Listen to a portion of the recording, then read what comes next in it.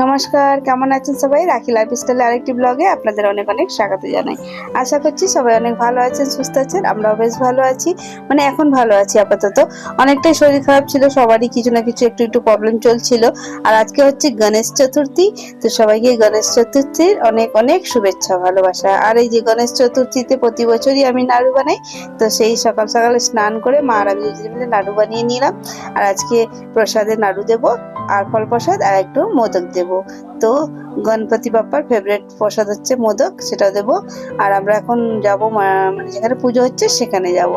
তো আমার পুরনো ব্লগেও মানে তোমরা আপনারা দেখেছেন অবশ্য, যে গত বছর গণপতি পুজো আমরা খুব এনজয় করেছিলাম আর খুব ভালো মতন কাটিয়েছিলাম। তো এই বছরও সেভাবেই গণপতি পুজোটা তো কিছুটা আপনাদের সাথে শেয়ার করব। আর এদিকে মা স্নান করে পুজো টুজো দেওয়া হয়ে গেছে, আর চাটা খাওয়া হয়ে গেছে। আর এখন যাব মণ্ডপে যাব। তো যারা আমার পুরনো ব্লগ দেখোনি অবশ্যই দেখে নিও।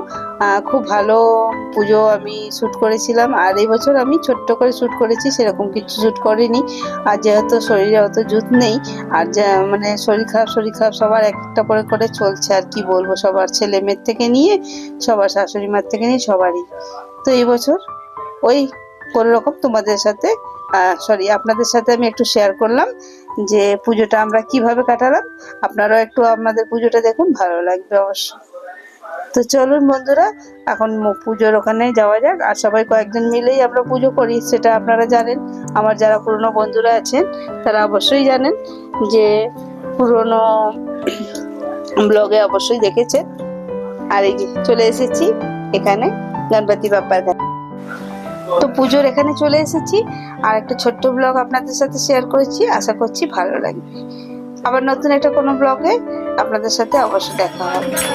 কত পুজোতেই দেখা হলো। তো চলো বন্ধুরা, সঙ্গে থাকুন, দেখতে থাকুন।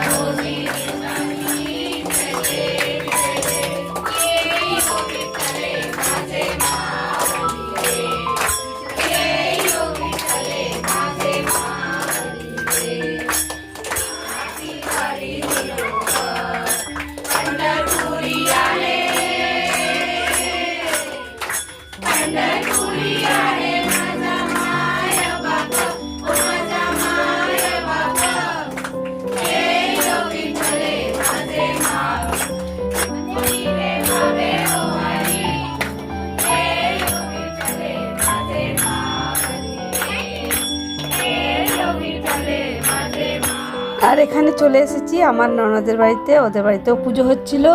তো এই যে পিঙ্কিদের ঘরে এসে গেছি, আর এখানেও পুজোতে কিছুটা শ্যুট করেছি। আর এখানেও বাল গণেশ বসিয়েছে, খুব সুন্দর পুজো হয়েছে আর খুব এনজয় করেছি আমরা।